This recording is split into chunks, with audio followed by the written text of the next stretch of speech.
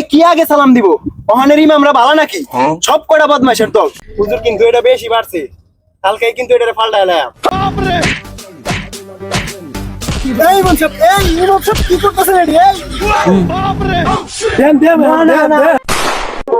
ইমাম সাহেব ৫-৬ হাজার টাকা বেতনে চাকরি করুন, অথচ খাই নো বালা পুরনো বালা।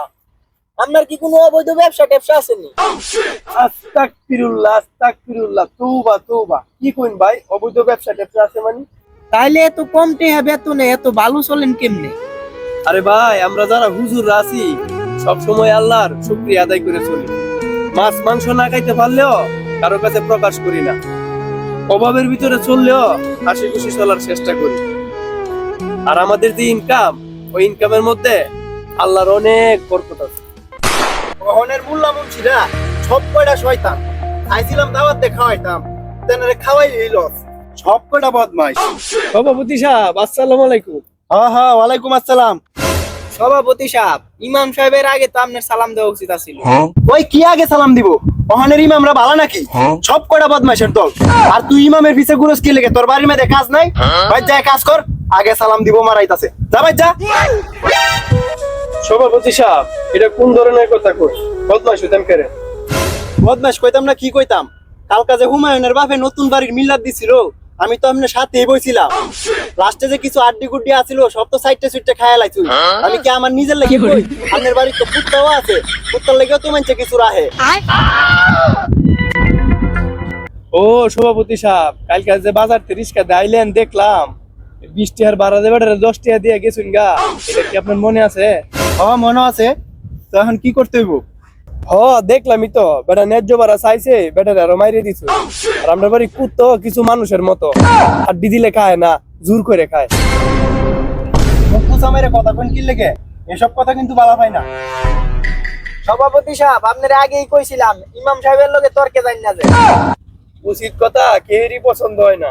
লা ইলাহা ইল্লাল্লাহ।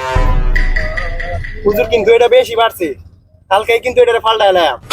সভাপতি সাহেব, আপনার তো পাওয়ার, আপনি চাইলে তো পারবেন। পাল্টাইতে হইব। তুমি হুজুর হইছো, তুমি 5 ওয়াক্ত নামাজ পড়াইবা আর কম কম কথাবার্তা কইবা। তুমি কে লেগে মানুষের পিছে লাগিয়ে থাকবা? সভাপতি সাহেব, হুজুরে তো সবসময় সত্যি কথাই কয়। আবার আজকে শুনলাম মসজিদে নাকি সুদ ঘুষ নিয়ে আলোচনা করবো। সর্বনাশ করছে কি কস? সুদ ঘুষ লয়ে আলোচনা করবো? তাহলে তো কেউ আমার তো সুদে টেহা নিতে। সর্বনাশ করছে।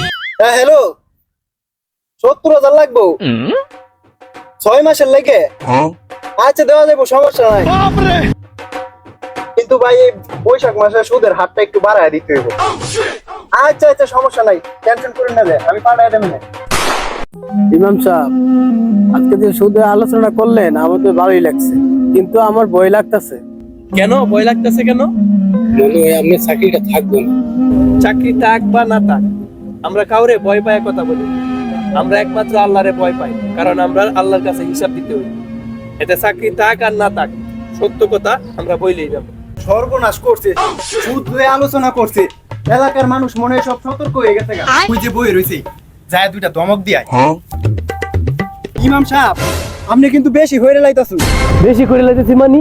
আপনার কোন গরম পাতে পানি দিছি? কারো আজকে আরে মজা দেখাইতাছে, নিজের এত পণ্ডিত মনে হরে না।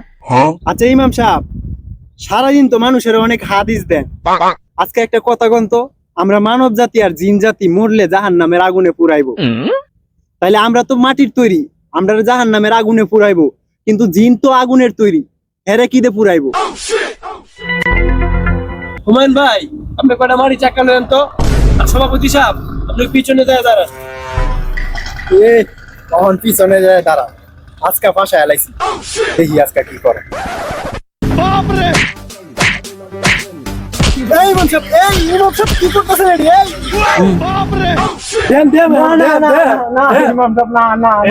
আমরা তো কইছিলেন যে জিন বলে আগুনের তৈরি, জিনেরা কি দিয়ে পুরাইবো?